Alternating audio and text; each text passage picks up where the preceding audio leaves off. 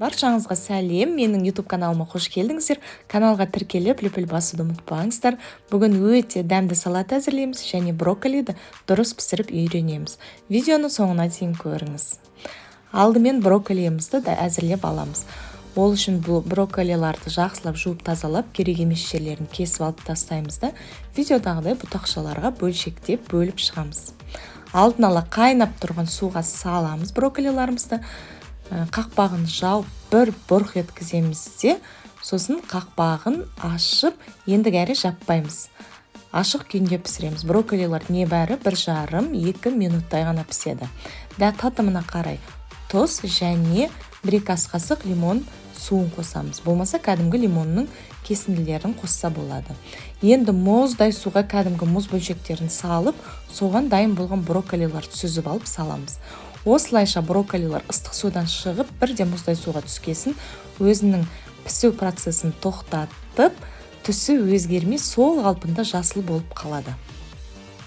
Брокколилар әрі пісіп, әрі жап-жасыл болып, салатыңыздың сәнін келтіріп тұратын болады. Енді осы брокколилардан салат әзірлейміз. Ол үшін бірінші соусымызды дайындап аламыз. 20% сливкиді отқа қоямыз. Шамамен 100 грамдай сливкиді алып, бұрқ еткізгесін, шай қасықтың 1/3 бөлігінде ғана жүгері крахмалын қосып араластырамыз. Татымына қарай тұз қосамыз, кішкене қарабұрыш қосамыз және жарты апельсиннің цедрасын саламыз.